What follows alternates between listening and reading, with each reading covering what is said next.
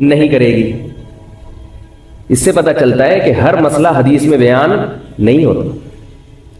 کسی حدیث میں عورت کو مردوں کی طرح رکوع کرنے سے منع نہیں کیا گیا. اس کے باوجود چاروں ائمہ کا اتفاق ہے کہ عورت مردوں کی طرح رکوع نہیں کرے گی, سمٹ کے کرے گی, کیونکہ وہ عورت ہے. وہ اکڑ کے نماز نہیں پڑھے گی, وہ سردے میں اپنے سرین کو نہیں اٹھائے گی. وہ عورت کا عورت ہونا ظاہر کرے گی کہ میں عورت ہوں, مرد نہیں ہوں. تو جن چیزوں کا تعلق پردے سے اور حیا سے ہے اس میں عورت تمام باتوں میں مرد سے خود بخود جدا ہے. سمجھ میں آ رہی ہے بات؟ تبھی عورت زور سے لبیک نہیں کہے گی, حالانکہ کسی حدیث میں زور سے لبیک کہنے سے عورت کو منع نہیں کیا گیا. یہ جو لوگ کہتے ہیں نا کہ صلو کما رأیتمونی اصلی, نبی نے فرمایا جیسے میں نماز پڑھتا ہوں ایسے پڑھو, تو نبی نے یہ بھی تو فرمایا حج جیسے میں نے کیا ویسے کرو, خذوا عنی مناسککم, جیسے میں نے حج کیا ایسے کرو. تو نبی نے تو صفا مروہ میں دوڑ لگائی ہے. تو ہم یہ حدیث عورتوں کو کیوں نہیں سناتے کہ نبی نے دوڑ لگائی ہے اور نبی نے فرمایا؟ حدیث کا مفہوم تو یہی ہوا نا کہ جیسے میں نے حج کیا ویسے ہی کرو. تو نبی نے تو دوڑ لگا کے کیا, تم آہستہ کیوں کر رہی ہو, تم بھی دوڑو. ظاہر ہے یہی کہا جائے گا کہ جن چیزوں کا حیا سے تعلق ہے اسلام اس میں عورت کو عورت دیکھنا چاہتا ہے, اس میں عورت کا عورت پنا جھلکنا چاہیے. یہ بھی میرا موضوع نہیں ہے, اس پر کہنے کے لیے اور بہت کچھ ہے, کیونکہ میں پھر وہ لوگوں کے سوالات شروع ہو جاتے ہیں کہ بھئی یہ والی بھی تو ہے, یہ بھی تو ہے, یہ بھی تو ہے. تو ابھی اس کو فی الحال ہم یہ درمیان میں آ رہے ہیں, گولے گنڈے والے بھی آ رہے ہیں, گرمنڈے. وہ تو جب ٹرین چلتی ہے تو آپ کو پتا ہے اسٹیشن پہ پھر ہر آدمی ٹرین پہ تو چڑھتا ہے نا. تو اب تو وہ ٹرینوں میں آوازیں ہی نہیں آتی گرمنڈے. پہلے زمانے میں کھڑکیاں کھلی ہوتی تھی ٹرین کی, دھول مٹی آ رہی ہوتی تھی. اور اب تو ٹرینیں بھی بڑی لگژری سی ہو گئی ہیں, وہ مزہ ہی ٹرین کا ختم ہو گیا. بیٹھو آرام سے لاہور پہنچ گیا, مزہ ہی نہیں آیا. پہلے ہم چھکا چھپ کرتے ہوئے جاتے تھے, لیٹرین میں پہنچنا ایک بہت بڑا مجاہدہ ہوتا تھا. واش روم کے باہر غریبوں کی ایک پوری لائن ہوتی تھی جو بغیر ٹکٹ سفر کر کے وہاں سو رہے ہوتے تھے. ان غریبوں کو پھلانگتے ہوئے جانا, ان سے ریکویسٹ کرنا, پھر وہاں جانا اور پانی بھی مل جانا. اتنی سکون ملتا تھا, لوگ ریلیکس ہو جاتے تھے کہ یار اللہ کی اتنی نعمتیں. کیونکہ ٹینشن کے بعد جو سکون ملتا ہے تو اس سکون کی جو اس سکون میں جو لذت اور مزہ ہے وہ بغیر ٹینشن والے سکون میں نہیں ہے. تو خیر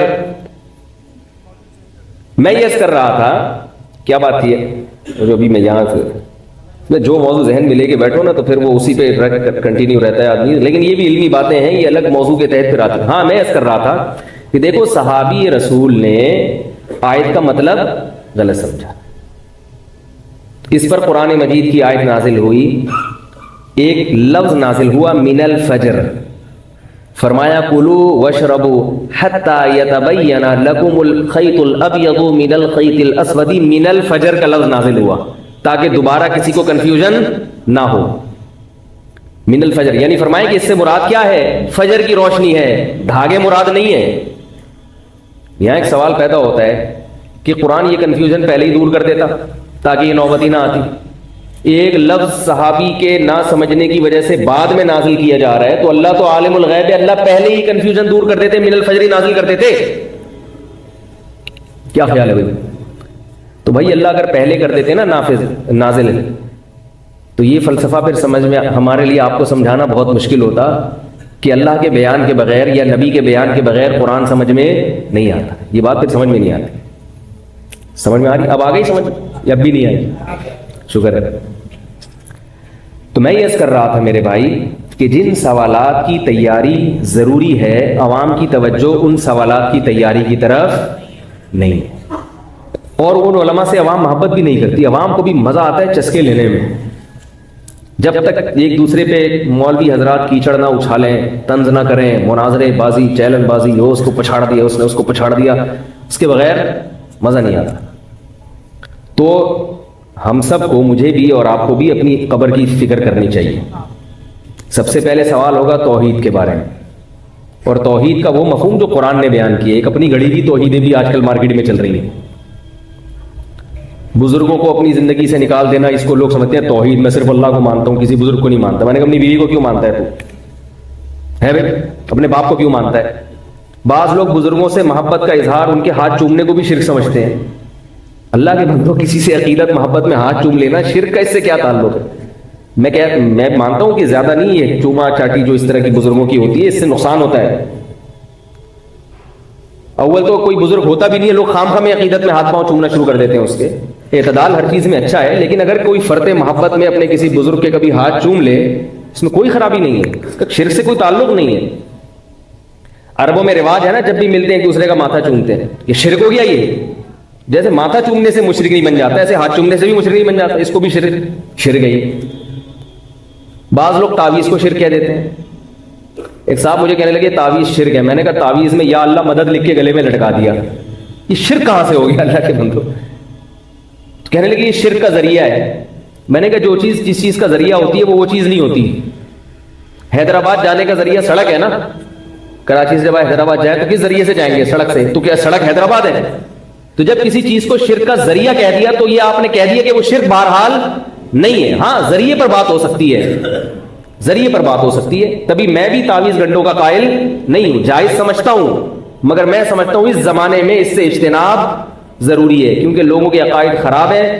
عامل لوگ تعویذ گنڈوں کے نام پہ الو بناتے ہیں اور یہ چیزیں انسان کو وہمی بناتے ہیں، بالآخر شرک تک لے کے جاتی ہیں یہ چیزیں. اس لیے الحمدللہ میں اپنے بچوں کے گلے میں کبھی تعویذ نہیں لٹکاتا. لیکن اگر کسی عالم نے جائز تعویذ لٹکایا ہوا ہے اس پہ قرآن کی آیت ہے تو میں اس کو مشرک نہیں کہتا. البتہ اللہ کا بڑا فضل ہے، ہمارے باپ دادا میں یہ رواج ہی نہیں تھا تعویذ. ہمارے ابا نے کبھی نہیں رکھا تعویذ. بعض لوگ مزاج کے توحیدی ہوتے ہیں اور بعض مزاج کے بدعتی ہوتے ہیں. سمجھ میں آ رہی ہے بات؟ بعض لوگوں کو ان چیزوں سے طبی طور پر گھن آتی. ہماری دادی اللہ تعالیٰ ان کی مغفرت فرمائے حضرت مولانا عبد الرحیم رائے پوری رحمۃ اللہ علیہ سے بیعت تھی. وہ کبھی یہ تیجے اور 40ویں کا کھانا نہیں کھاتی تھی، حالانکہ ان کو نہیں پتا تھا کہ یہ بدعت ہے. وہ تو بیچاری گاؤں دیہات میں پلی، بیعت ہوئی، وہ تو صرف ان سے اصلاحی تعلق تھا، مسائل ان کو زیادہ معلوم نہیں تھے. لیکن کہیں بھی کسی میت کے گھر سے کھانا آتا تھا کبھی نہیں کھاتی تھی، کہتی مجھے مردوں کے کھانوں سے ویسے ہی گھن آتی. بات آ رہی؟ ان کو آپ کوئی دلائل سے نہیں قائل کر سکتے کہ یہ جائز ہے یا ناجائز ہے. وہ کہیں جائز ہوگا تمہارے لیے ہوگا، ٹھیک ہے نا. یہ مردوں کے کھانے ہمارے حلق سے نہیں اترتے. تھوڑی سی غیرت بھی کوئی چیز ہوتی ہے نا، کیا خیال ہے؟ تو یہ جو تعویذ گنڈنے والے لوگ ہیں نا، جائز ہونے ایک الگ چیز ہے، مگر یہ تعویذ گنڈنے والوں میں آپ کو توکل کبھی نظر نہیں آئے گا. یہ ہمیشہ ان پر اللہ کا کچھ ایسا عذاب آتا ہے کہ یہ ہمیشہ اسی پلیتوں میں لگے رہتے ہیں. انگوٹھے میں الگ دھاگا بندھا ہوگا، کالا سا پٹا گلے میں پڑا ہوگا اور یہاں ایک کچھ باندھا ہوا ہوگا اور پھر گھول کے بھی کچھ پی رہے ہوں گے صبح شام. ساری زندگی اسی میں. اللہ کا بڑا فضل ہے، ہمارے سارے کام اللہ دعاؤں سے پورے کر دیتے ہیں. ہمارے بچے کبھی بیمار ہو ہم دعا مانگتے ہیں اللہ سے، الحمدللہ اللہ شفا دے دیتا ہے. ڈاکٹر سے علاج کراتے ہیں، ایک محلے کے ڈاکٹر ہیں، وہ سارے بچوں کے پورے رول نمبر کے حساب سے انہوں نے یاد کیے کون سا پیس ہے، یہ 3 نمبر والا پیس ہے. اللہ نظر سے بچائے. تو جتنا سورہ فلق سورہ ناس پڑھ لیتے ہیں دم کر لیتے ہیں. مجھے بہت لوگوں نے کہا کہ آپ یوں کریں، آپ ایسا کریں، آپ عاملوں کے خلاف بہت بولتے ہیں، یہ کچھ کر دیں گے. میں نے کہا ان کا باپ بھی کچھ نہیں کر سکتا. کیا خیال ہے؟ ان سے تو ڈرو ہی نہیں. جن چڑیل بھوت سے جو عامل جو جن چڑیل بھوت سے دھمکی دیتے ہیں نا، اس سے تو ڈرو. شیر سے ڈر لو، گدھے سے بھی کبھی کبھار ڈر لگتا ہے، لات نہ مار دے. کتے سے ڈر لگتا ہے، میں اپنی بات کر رہا ہوں، کبھی کبھار مجھے کتے سے بھی ڈر لگتا ہے کہ یار کہیں حملہ ہی نہ کر دے. حتیٰ کہ کبھی کبھار بکرے سے بھی ڈر لگتا ہے کہ ٹکر نہ مار دے. اور بیوی سے تو سب مسلمانوں کو ڈر لگتا ہے. ہر چیز جو دنیا کے ڈراتی ہے ہم بھی ڈرتے ہیں. الحمدللہ انسان ہے ہم، کوئی لوہے اور فولاد کے بنے ہوئے نہیں. اندھیرے سے بھی بعض دفعہ ڈر لگتا ہے. قبرستان میں آپ رات کو اندھیرے میں جا کے بیٹھو تو کتنا ہی بڑا فنڈر ہو تھوڑا سا ڈر لگے گا.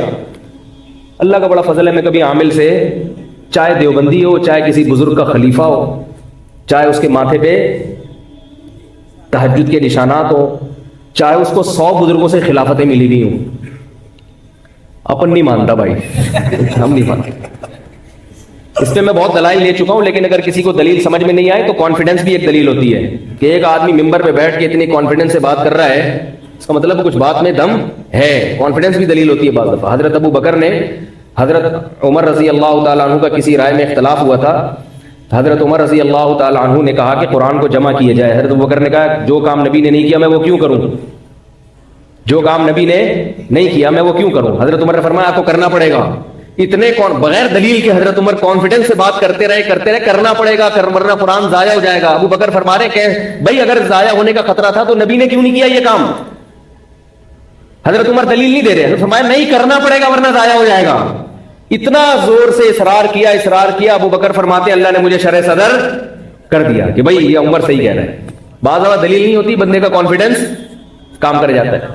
میرے پاس تو دلیل بھی ہے کہ یہ نہ سمجھے, کانفیڈنس کی بڑی ویلیو ہے. آپ کو پتا ہے کہ ایک چوہے نے جو ہے نا ہاتھی کو پرپوز کیا, ہتھنی کو. چوہا ہے اور ہاتھی کی جو ماتا ہے ہتھنی, اس کو پرپوز کیا.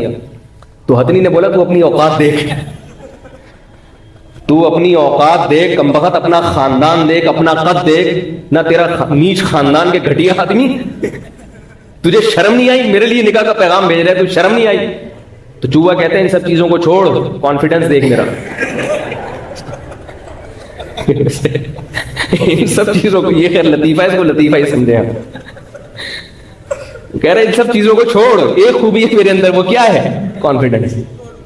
تو ہم تو بھائی ایسے اللہ کا شکر ہے کوئی ایسے برے خاندان کے بھی نہیں ہیں, ہمارے پاس تو دلائل بھی ہیں. تو دلائل کے ساتھ جب کانفیڈنس بھی ہو تو بعد میں اور جان پڑ جاتی. تو اس لیے عاملوں سے قطعاً متاثر ہونے کی ضرورت نہیں ہے. اور مجھے یہ نہ بتایا کرے وہ اتنے بڑے بزرگ ہیں ان کے پاس تو حضرت مولانا فلاں دامت برکاتہم جاتے ہیں, مجھے یہ بھی کہتے ہیں حضرت آپ کے استاذ فلاں کے پاس جاتے ہیں. میں نہیں مانتا, میں اپنے استاذوں کو مانتا ہوں مگر وہ جن کے پاس علاج کے لیے جا رہے ہیں خدا کی قسم نہیں مانتا ہوں. اب آپ مجھے اس میں جذباتی سمجھیں یا بیوقوف سمجھیں یا متشدد سمجھیں, جو مرضی سمجھیں, اگر آپ کو عبرت نہیں ہوتی تو جائیں آپ پھر علاج کرائیں. زندگی اگر آپ کی تباہ نہ ہوئی اور تعویذ گنڈوں پلیتوں میں ساری زندگی نہ گزری تو میرا نام بدل دینا. جو ایک دفعہ ان پلیتوں کے پاس چلا گیا نا, روحانی ٹوٹکوں اور فضول لوگوں کے پاس, پوری زندگی کے لیے برباد ہو جاتا ہے. جن چڑیل بھوت کا علاج گھر میں کر لو, آیت الکرسی, سورہ فلق, سورہ ناس پھونک لگا کے, یا کسی مسجد کے امام صاحب کے پاس, بزرگ کے پاس, جو بھی ہیں جو یہ کام کرتے نہیں ہیں ان کے پاس لے جاؤ. بولو حضرت آپ نیک آدمی ہیں, آپ کی پھونک میں اللہ نے دم رکھا ہوگا, اس سے پھونک لگوا لو, یہ ٹھیک ہے, اتنا میں مانتا ہوں. سمجھ رہے ہو؟ تو عجیب نظر اتار رہے ہیں, وہ تسبیح کو یوں ٹک ٹک ٹک کر کے نظر اتار رہا ہے. تجھے یہ کیسے پتا چلا کہ اس میں نظر لگی ہے؟ اور ہر ایک پر 99% لوگوں پہ نظر لگ رہی ہے. میں مانتا ہوں کہ نظر لگتی ہے, برحق ہے, مگر اتنی زیادہ لگ رہی ہے کہ 99% لوگ نظر کی وجہ سے کھانس رہے ہیں. بھائی سردی ہے تو کھانسی تو ہوگی نا. ایک خاتون کا لائیں اپنے چھوٹے بچے کو لے کے, یہ بیمار ہے اور یہ ٹھیک نہیں ہو رہا, فلانے پلیتے اور پتہ نہیں کیا, اور مفتی صاحب آپ دم کریں. میں نے کہا دم تو ہم کر دیتے ہیں, وہ تو سنت عمل ہے, لیکن یہ بچہ بیمار کیوں ہے؟ ان سے میں نے پوچھا یہ ماں کی فیڈ پی رہا ہے کہ نہیں پی رہا؟ انہوں نے کہا نہیں, ڈبے پہ چل رہا ہے. میں نے کہا جتنے پلیتے لگا لو, یہ بچہ صحت مند نہیں ہو سکتا. اللہ نے ڈبے نہیں پیدا کیے, بچے کے پیدا ہوتے ہی کیا مارکیٹ میں ایک دم ڈبے آ جاتے ہیں؟ بھائی اگر بچے کے لیے ڈبے کا دودھ اچھا ہوتا جو ڈاکٹر لکھ کے دے رہا ہے, تو جیسے ہی بچہ پیدا ہوتا آسمان سے آپ کے گھروں میں 2-3 ڈبے اترتے اللہ کی طرف سے. جیسے ہی بچہ پیدا ہوتا ہے فوراً ماں کی چھاتیوں میں دودھ پیدا ہوتا ہے, اس لیے کہ اللہ جانتا ہے اس کی کیا چیز اس کے لیے کیا ضروری ہے. تو ماں کا دودھ ضروری تھا تو اللہ نے وہ پیدا کر دیا, ڈبہ ضروری نہیں تھا تو اللہ نے نہ ڈبہ پیدا کیا نہ ڈبے کے اندر دودھ پیدا کیا. یہ ڈاکٹروں کی تقریریں ہمارے سامنے, یہ فالتو قسم کی تقریریں. ڈاکٹروں کو میں مانتا ہوں, ہم بھی بیمار ہوتے ہیں ڈاکٹر کے پاس ہی جاتے ہیں, لیکن ایک تو ہر ڈاکٹر کی ہر فیلڈ میں ریسرچ نہیں ہوتی, دوسرا فطرت سے جو ڈاکٹر آپ کو لڑوا رہا ہے نا اس کی بات کبھی نہ مانو. ایک زمانے تھا ڈاکٹروں نے ڈبے کے دودھ کے فضائل پر زمین اور آسمان کے انبار لگا دیے تھے, بعد میں تجربے سے ثابت ہوا کہ غلط ہے یہ. بھائی جو اللہ کی تخلیق ہے اس کا کوئی آلٹرنیٹ نہیں ہو سکتا. جس خدا نے پیدا کیا وہ ماں کی چھاتیوں میں دودھ پیدا کر رہا ہے, آپ کہہ رہے ہو یہ والا زیادہ اچھا ہے, اس کا مطلب وہ جو آسمان پہ خدا بیٹھا ہوا ہے وہ غلط کر رہا ہے, آپ کو زیادہ پتا ہے. تو مائیں آج کل بچوں کو دودھ نہیں پلاتی, پھر وہ دم درود تعویذ گنڈے اور پتہ نہیں کیا کیا. وہ کہنے لگی بچہ دودھ پیتا ہی نہیں. میں نے کہا اس کا کچھ علاج کراؤ, ڈاکٹر سے جا کے پوچھو کیوں نہیں پی رہا, ماں کا دودھ کیوں نہیں پی رہا. تو ماں کا دودھ کڑوا ہو جاتا ہے بعض دفعہ. جب عورت کا مزاج کڑوا ہو نا, اس کی کڑواہٹ دودھ میں بھی آتی ہے, حقیقت ہے یہ. ماں کے دودھ کو اللہ نے عجیب چیز بنایا ہے, ایسا لنک اللہ نے رکھا ہے. دیکھو بچہ روتا ہے, بھوک لگتی ہے تو ماں کی چھاتیوں میں دودھ خود بہت بڑھ جاتا ہے. بچہ جتنا وزنی ہوتا ہے نا, جتنے پاؤنڈ کا ہوگا اسی حساب سے ماں کی چھاتیوں میں دودھ پیدا ہوتا ہے. ڈبے کو یہ پتا ہے کہ کتنا پیدا ہونا ہے, کتنا نہیں ہونا. اور بچے میں جس وٹامن کی کمی ہوتی ہے ماں کے دودھ میں وہ چیز بڑھ جاتی ہے. تو اللہ ہے بھائی, اللہ پہلے اللہ ہے, باقی چیزیں بعد میں. تو جلدی سے بات کو نمٹاؤں میں. کہاں بات چل رہی تھی؟ ہے نہیں، یہ جو یہاں ڈبے پر بات آئی ایگزام سے بعد جو بات آگے چل رہی تھی. ہاں میں یہ کر رہا تھا کہ قبر میں جو سوال ہوگا وہ سب سے پہلے کیا ہوگا؟ توحید کا. اللہ کو مانتے ہو، اور توحید حقیقی توحید، وہ نہیں کہ جو بھی توحید کے نام پہ پھر قواریت پھیلا دے.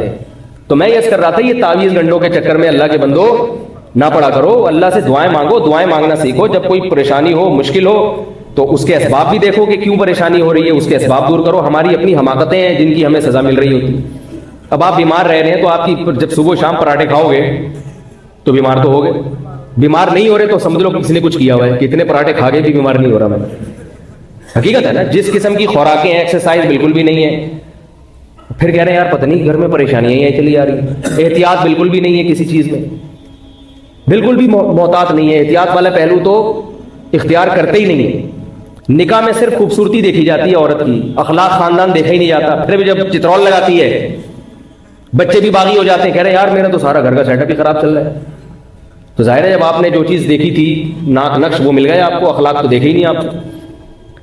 خوبصورتی جو ہے نا یہ تھوڑی دیر کی ہوتی ہے، اور عورت کے اخلاق یہ گھر کو جنت بناتے ہیں.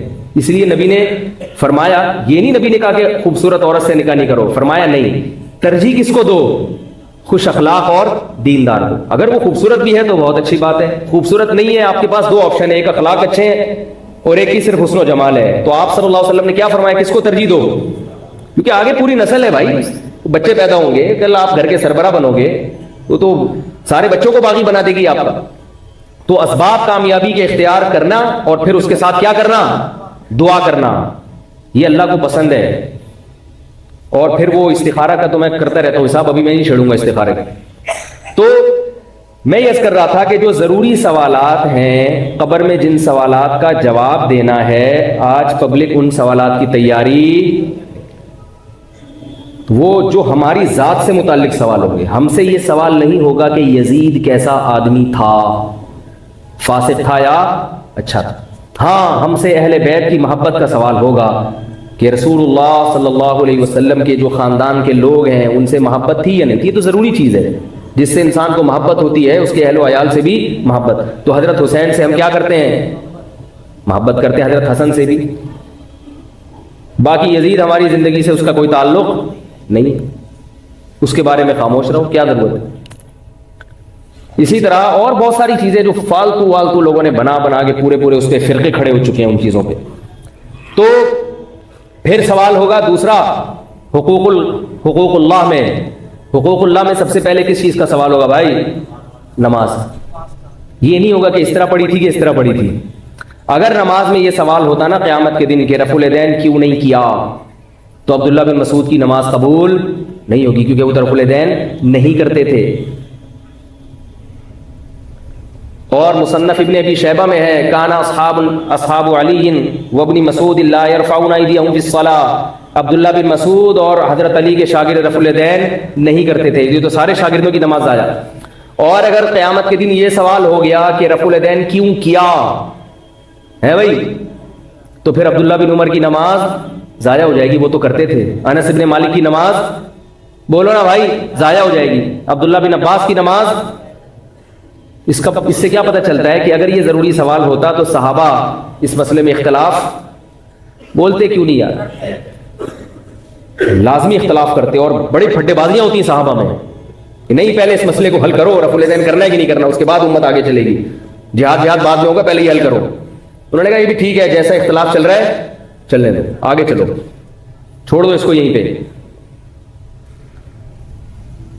نماز کے بارے میں سوال ہوگا کہ پڑھی کے جو اجماع سے نماز ثابت ہے جتنی ہے، اس پہ تو سب متفق ہے نا. اللہ کا بڑا فضل ہے کہ امت میں اتنے اختلافات کے باوجود بنیادی چیزوں میں سب الحمدللہ اہل حق لوگوں کی بات کر رہا ہوں، وہ بنیادی چیزوں میں الحمدللہ سب متفق ہیں اہل حق علماء. نمازیں کتنی ہیں؟ 5 ہیں. تو حقوق العباد میں سب سے پہلے کس کا سوال ہوگا؟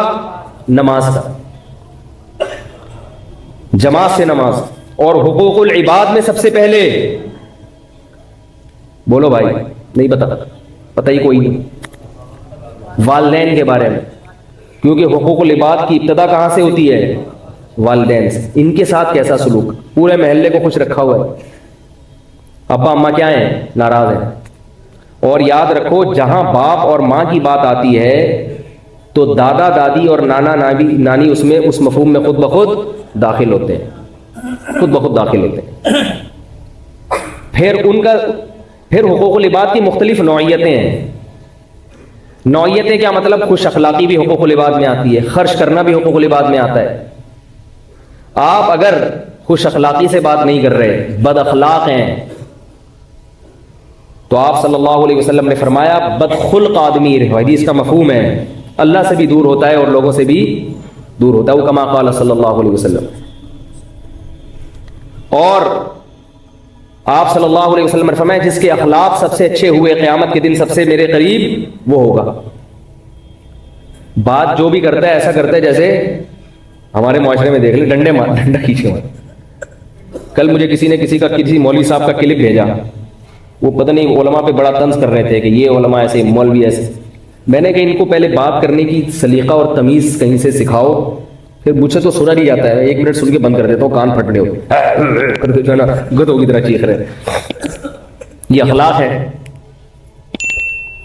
تو اور پھر طنز بھی ہو، اس میں کیچڑ بھی عزتیں بھی اچھالی جا رہی ہوں. کہتے ہیں نا کہ ایک مشہور ہے نا کہ بھی شکل اچھی نہ ہو تو کم سے کم بات تو اچھی کر لے آدمی. تو بات بھی گندی اور اسٹائل بھی گندا، اور لوگ واہ واہ واہ واہ سبحان اللہ واہ واہ. یہ قرآن حدیث یہ ہر فرقے میں ہوتے ہیں. میرا مقصد کسی خاص فرقے کی نہیں، ہر فرقے میں ایسے لوگ ہوتے ہیں، ہر مسلک میں ایسے لوگ ہوتے ہیں. تو خوش اخلاقی، آپ صلی اللہ علیہ وسلم نے فرمایا یہ جو بد اخلاقی ہے نا غصے سے شروع ہوتی ہے. ہر آدمی ہر وقت ناک پہ مکھی بٹھا کے گھوم رہا ہے. سب سے پہلے میرے کام ہو، سب سے پہلے پیٹرول میں جو ٹینکی میں جو ہے نا پیٹرول میری گاڑی میں سب سے پہلے ڈالا جائے. میں تو دیکھ رہا ہوتا ہوں پیٹرول پمپ پہ کبھی بھی بائک لے کے کھڑا ہوں تو ذرا سے جگہ ملے دوسرا آگے گھس جاتا ہے بھائی فوراً آگے گھس جائے گا وہ. لیکن سارے ایسے نہیں ہوتے الحمدللہ، اچھے لوگ بھی ہیں، وہ کہتے ہیں نہیں جی پہلے آپ، تو ایسے بھی ہیں. لیکن تو انسان کے کردار کو پہچاننا 2 منٹ کا کام ہوتا ہے. آپ پیٹرول پمپ کی لائن میں، بل کی لائن میں کھڑے ہو کر 2 منٹ میں پتہ چل جاتا ہے کہ کون کتنے پانی میں ہے. بہت زیادہ مشکل کام نہیں ہے یہ. تو خوش اخلاقی ہے. اور پھر مال خرچ کرنا یہ بہت بڑا فریضہ ہے. ہم اپنے مال کے پورے مالک نہیں ہیں. اللہ نے فرمایا تمہارے مال میں حصہ ہے رشتہ داروں کا. ایک آدمی کی پوری تنخواہ اسی پہ اگر خرچ ہو رہی ہے اللہ اس سے خوش نہیں ہو سکتا. قل ما انفقتم من خیر فللوالدین والاقربین، خرچ کرنا ہے جن میں سب سے پہلے والدین اور پھر سب سے پہلے قرابت دار. والدین اور قرابت دار اگر محتاج ہوں تو ان پہ خرچ کرنا فرض ہے. لیکن بیوی بچوں کو اللہ نے الگ پروٹوکول دیا کہ وہ محتاج نہ بھی ہوں تو ان پہ باپ کو خرچ کرنا پڑے گا، کیونکہ یہ کیا ہے؟ ان کا باپ ہے. والدین کا باپ نہیں ہے، اولاد ہے. اور بچوں کا کیا ہے؟ باپ. اور عورت کا کیا ہے؟ شوہر. اس لیے عورتوں کو کہتا ہوں اپنے میاؤں کی قدر کرو. اللہ نے اتنا اس کی ذمہ داری لگا دی ہے. اللہ نے تمہارے میاؤں کو ایسا بنایا، اللہ نے کہا کہ تمہاری بیوی کروڑ پتی بھی ہے تو تجھے کھلائے گا کون؟ تیرا شوہر. اس کو میں نے گھر کا بڑا بنا دیا، ساری زندگی تیری خبر گیری تیرا شوہر کرے گا. والدین تو رخصت کر دیتے ہیں، ذمہ داری ختم. پوری زندگی کی ٹینشن کون اٹھاتا ہے؟ شوہر اٹھاتا ہے.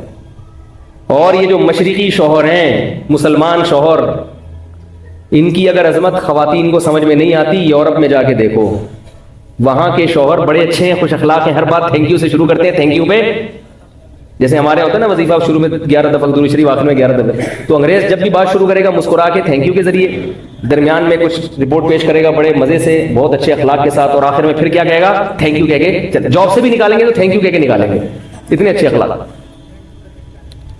بھائی تھینک یو، اب آپ جا سکتے ہیں، آپ یہ سگنیچر کر دیں، یہاں پہ آپ مستعفی ہو جائیں. آپ اتنے اچھے اخلاق. اور ہمارے یہاں جاب پہ بھرتی بھی کریں گے نا تو تمیز سے نہیں کریں گے، دھمکی سے شروع کریں گے بات، پہنچ جانا کل صبح 8 بجے.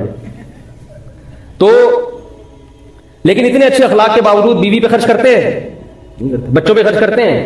اس لیے کہتا ہوں بھائی آخرت میں انشاءاللہ اتنے نالائق ہونے کے باوجود مسلمان اوپر ہوں گے انشاءاللہ. اس لیے کہ کوالٹیز جو ہے نا آج بھی مسلم میں الحمدللہ من حیث، میں یہ نہیں کہہ رہا ہر چیز میں مسلمان ان سے اچھے ہیں، میں یہ نہیں کہہ رہا. ہر چیز میں ان سے اچھے نہیں ہیں، بعض چیزیں ان کی اچھی ہیں، لیکن من حیث القوم جو مسلمان کی خوبیاں ہیں وہ ان سے بہت بھاری ہے۔ جب قیامت کے دن ترازو تولا جائے گا اس میں مسلمانوں کی جو چند خصوصیات ایسی ہیں ان کا وزن انشاءاللہ بہت بھاری ہوگا۔ ان خوبیوں میں ایک یہ بھی ہے کہ مسلمان مرد پوری زندگی بیوی بچوں کی ٹینشن اٹھاتا ہے، کبھی نہیں ایسا ہوگا کہ جتنا مرضی بیوی کے علاج پہ خرچ کرنا پڑے کرتا ہے۔ یہ جو شریف لوگ ہیں، آپ لوگ کی بات کر رہا ہوں، سارے تو نالائق تو ہر جگہ بھی ہوتے ہیں، وہ ساری زندگی اٹھائے گا ٹینشن۔ جب باپ نے ایک دفعہ بیٹی کو رخصت کر دیا، کس کی ذمہ داری شروع؟ شوہر۔ اس کو فالج بھی ہو جائے عورت کو، اس کو لقوہ بھی ہو جائے۔ ہمارے معاشرے میں الحمدللہ اب تک میجورٹی ایسی ہے کہ اس کو چھوڑتی نہیں ہے، رکھو اس کو، اب یہ میری ذمہ داری ہے، اس کو بھی کھلاؤں گا، اس کے بچوں کو بھی کھلاؤں گا۔ اس لیے میں کہتا ہوں خواتین سے اگر میاؤں سے کبھی اونچ نیچ ہو جایا کرے تو ان کی میاؤں میاؤں پہ صبر کیا کرے، کہہ رہی ہے میاؤں میاؤں کیوں کر رہا ہے، دھاڑ کیوں رہا ہے، جب اتنا کر رہا ہے تو تھوڑی سی برداشت بھی تو کرو نا، اس کی برداشت کر لو بیچارے۔ تو حقوق العباد میں سوال کس کا ہوگا؟ ابدأ بمن تعول، فرمائے جو تمہارے اہل و عیال ہیں، بیوی بچے ہیں، ان پر سب سے پہلے ان کی ذمہ داری، تم ذمہ داری پوری کر رہے ہو یا نہیں کر رہے، اس کا کہاں سوال ہوگا؟ قبر میں سوال ہوگا۔ میت کو تو دفنا کے لوگ چلے جاتے ہیں، بڑے اچھے تھے، بیچارے کا حال کیا ہو رہا تھا یہ اللہ ہی بہتر جانتا ہے، اس سے ساری چیزیں نکل رہی ہوتی ہیں کہ بھئی تو اتنی تنخواہ بچا کے کہاں رکھتا تھا، یہ بتا خرچ کیوں نہیں کیا تم نے، ہے بھائی؟ نبی صلی اللہ علیہ وسلم نے فرمایا جیسا خود کھاتے ہو ایسا گھر والوں کو کھلاؤ، جیسا خود پہنتے ہو ایسا ہی گھر والوں کو پہناؤ۔ تو یہ سوال ہوگا۔ پھر گناہوں کے بارے میں سوال ہوگا، یعلم خائنۃ الاعین وما تخفی الصدور، فرمایا آنکھوں کی خیانت کو وہ جانتا ہے۔ یہ جو آنکھ مٹکے ہو رہے ہیں، انٹرنیٹ پر بیہودہ فلمیں دیکھی جا رہی ہیں یا بدنظری کی جا رہی ہے آفس میں ادھر ادھر، اللہ نے فرمایا فمن ابتغى وراء ذلک، تمہارے لیے صرف تمہاری بیوی کو بنایا ہے، اس کے علاوہ کہیں اور دیکھنے کی اجازت نہیں ہے۔ جتنی مرتبہ دیکھو گے اتنی مرتبہ آنکھوں کا حساب دینا پڑے گا۔ اور اللہ نے آنکھ کے بارے میں فرمایا کہ آنکھ کی خیانت کو جانتا ہے، اس لیے کہ آنکھ جتنی جلدی خیانت کرتی ہے جسم کا کوئی اور عضو ایسے خیانت نہیں کرتا، کیونکہ وہ پکڑا جاتا ہے فوراً۔ آنکھ سے جو نظر ہے نا، آپ کسی کو گردن گھما کے دیکھیں گے پتہ چل جائے گا، لیکن آنکھ سے دیکھیں گے پتہ نہیں چلتا۔ آنکھیں تو گھومتی رہتی ہیں انسان کی، بدنظری آنکھوں سے ہوتی ہے، اس لیے اللہ نے فرمایا کہ آنکھوں کی خیانت وہ جانتا ہے۔ تو بھائی یہ وہ سوالات ہیں کہ کھایا کمایا، نبی صلی اللہ علیہ وسلم فرمایا جب تک انسان کے قدم، انسان چار باتوں کا جواب نہ دے قیامت کے دن اس کے پاؤں اپنی جگہ سے نہیں ہلیں گے۔ ان میں ایک سوال یہ بھی ہے مال کہاں سے کمایا اور کہاں خرچ کیا۔ ہیپی نیو ایئر میں تو نہیں اڑا دیا مال سارا ہے بھائی، پٹاخوں میں، شب برات کے پٹاخوں میں تو نہیں اڑا دیا، نائٹ کلبوں میں تو نہیں اڑا دیا، میوزیکل شو میں تو نہیں اڑا دیا۔ یہ سوال ہوگا، یہ بھی سوال ہوگا کہاں سے کمایا، حلال کمایا یہ سوال، اور پھر حلال کما کے اس حلال کو بھی غلط جگہ خرچ کرنے کی اجازت نہیں ہے۔ تو بھائی یہ ساری چیزیں ہیں، ہم غلام ہیں اپنے آپ کو، ہمیں چاہیے کہ ہم غلام سمجھیں، نہیں سمجھیں گے تو موت کا فرشتہ آئے گا قبر میں اتار کے چلا جائے گا، پھر پتہ چلے گا کہ کیا پایا اور کیا کھویا۔ تو وہ شاعر نے کہا نا، ہو رہی ہے عمر مثل برف کم، چپکے چپکے رفتہ رفتہ دم بدم۔ تو میں بھی موت کے قریب جا رہا ہوں، آپ بھی موت کے قریب جا رہے ہیں۔